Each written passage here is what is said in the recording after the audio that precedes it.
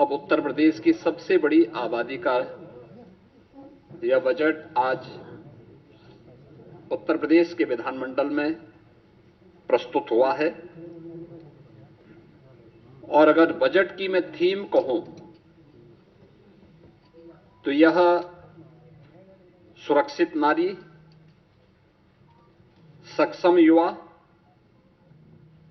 खुशहाल किसान और रात को काम, तकनीकी निवेश से समृद्ध होता उत्तर प्रदेश के लिए समर्पित यह बजट वर्ष के नवनिर्माण की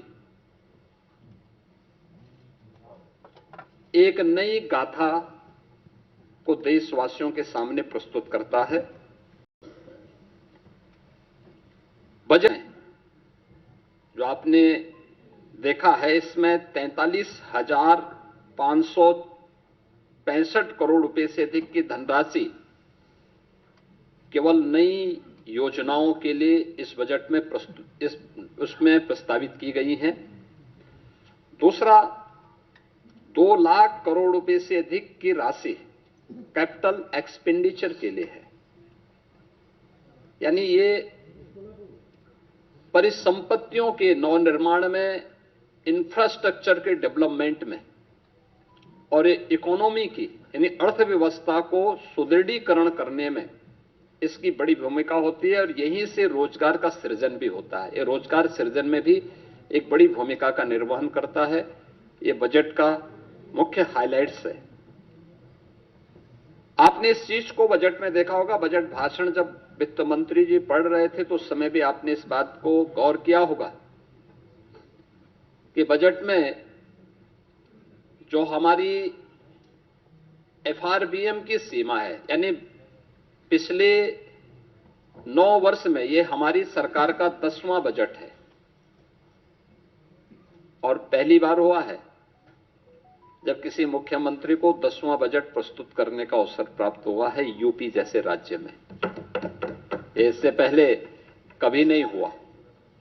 दूसरा है कि इन 9 वर्षों में एक भी टैक्स नहीं लगाया गया। तीसरा है, यूपी के अंदर जो भी कर चोरी थी, लीकेजेस थे, इन सबको रोक करके कुशल वित्तीय प्रबंधन के माध्यम से बेमारू राज्य से उत्तर प्रदेश को भारत की अर्थव्यवस्था का एक ब्रेक थ्रू के रूप में प्रस्तुत करते हुए रेवेन्यू सरप्लस स्टेट के रूप में प्रस्तुत करने में सफलता प्राप्त हुई है। 2017 में जिस राज्य में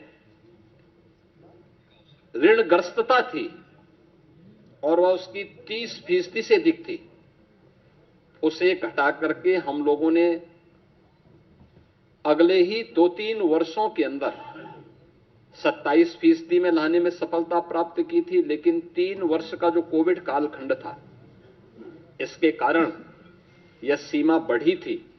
हम इसे फिर से 27% में लाने में सफल हुए हैं और हमारा इस वित्तीय वर्ष में यह लक्ष्य है कि हम इसको 23% तक लेके आ जाएं।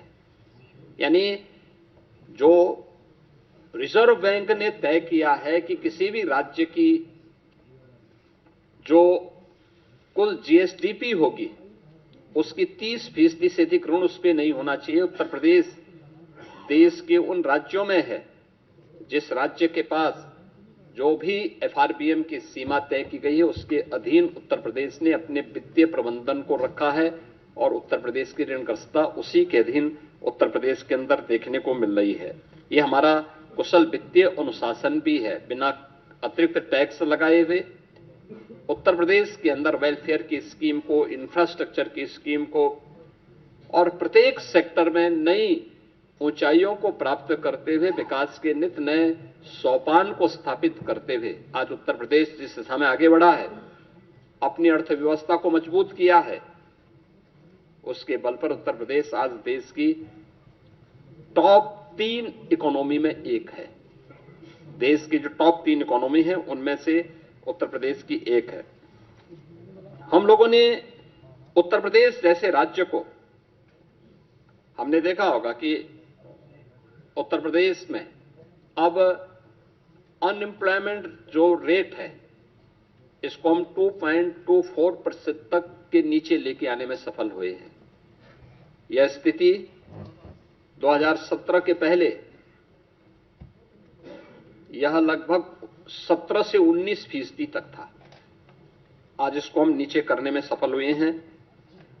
जॉब लेड ग्रोथ को लेकर के हम लोगों ने इस पूरे बजट की जो हमारी सोच है, युवाओं के प्रति समर्पित भाव के साथ जो भी ग्रोथ हो वह उनके एम्प्लॉयमेंट को लेकर के भी हो और युवाओं के एम्प्लॉयमेंट पर विशेष रूप से ध्यान देते हुए एमएसएमई, स्टार्टअप, ओडीओपी और स्थानीय उद्यमियों को विकसित करते हुए बृहद निवेश की नई योजना के साथ उत्तर प्रदेश को इन्वेस्टमेंट डेस्टिनेशन के साथ एम्प्लॉयमेंट जनरेटर के रूप में भी एक बड़ी भूमिका के साथ आगे बढ़ाने का तय। और इसके लिए आपने बजट में इन चीजों को देखा होगा, कैसे उत्तर प्रदेश ने अब उस दिशा में कार्य करना प्रारंभ किया। इमर्जिंग टेक्नोलॉजी को लेकर के आज जो बड़ी घोषणाएं हुई हैं, उन बड़ी घोषणाओं में जो बहुत महत्वपूर्ण सेक्टर है कि उत्तर प्रदेश सरकार जहां पे चल रहा है, आपने देखा होगा उत्तर प्रदेश राज्य में हमेशा इस बात को देखने को मिलता था कि अलग अलग विभाग अलग अलग समय में अलग अलग डाटा प्रस्तुत करते थे। हमारी सरकार ने तय किया है कि हम यूपी के अंदर एक स्टेट डाटा अथॉरिटी का गठन करेंगे।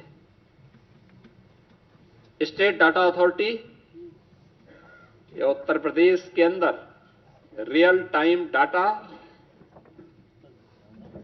और उसकी रियल टाइम मॉनिटरिंग के साथ साथ उसके लिए भविष्य की योजनाओं को आगे बढ़ाने में भी एक बड़ी भूमिका का निर्वहन करेगा। बजट की जो हाइलाइट्स हैं उनमें से ये भी है। दूसरा, इमर्जिंग टेक्नोलॉजी के लिए आर्टिफिशियल इंटेलिजेंस या अन्य सेक्टर में कार्य करने के लिए डाटा सेंटर क्लस्टर की स्थापना, यह भी बजट में इसका प्रावधान, इसके लिए भी धनराशि की व्यवस्था की गई है। मेडटेक और डीपटेक के लिए एआई मिशन की घोषणा, यह भी इस बजट के अंदर है, जिससे युवाओं के लिए स्किल युवा को अधिक से अधिक जॉब हम उपलब्ध करवा सकें। इसके लिए उनकी स्किलिंग की प्लानिंग भी इस बजट में, उसका महिला उद्यमी उत्पाद और विपणन केंद्र के रूप में उसे विकसित करना, सी मार्ट के रूप में लोकल स्तर पर एसएचजीज के माध्यम से उन महिलाओं को प्रोत्साहित करने के लिए एक बड़ी घोषणा ये भी है, जिसमें स्थानीय स्तर की महिलाएं एसएचजीज के माध्यम से जो अपना लोकल गांव में, शहरी क्षेत्र में अपना प्रोडक्ट बनाती हैं, महिला स्वयंसेवी समूहों को प्रोत्साहित करने के लिए स्कीम एक महत्वपूर्ण भूमिका का निर्वहन करेगा। City economic zone SCR, Kashi Mirzapur economic zone, Prayagraj Chitrakoot economic zone, Kanpur Jhansi economic zone, ये क्लस्टर डेवलप करने की एक नई कार्रवाई को आगे बढ़ाने के लिए भी बजट में प्रावधान किया गया है। और ईज ऑफ डूइंग बिजनेस के बाद जन विश्वास सिद्धांत, देखिए बहुत महत्वपूर्ण बात है यह जन विश्वास सिद्धांत, ईज ऑफ डूइंग बिजनेस। हम 17 में जब आए थे, यूपी का ईज ऑफ डूइंग बिजनेस में जो रैंकिंग थी वह लगभग 13-14 पे रैंकिंग थी हमारी। हम लोगों ने पहले 3 वर्ष के अंदर इसको नंबर 2 पर लाने में सफलता प्राप्त की। फिर यूपी ने चीफ अचीवर स्टेट के रूप में अपने आप को स्थापित किया। अब हम जन विश्वास सिद्धांत के रूप में निवेश करने वाले निवेशक को सिंगल विंडो सचमुच दिखाई दे।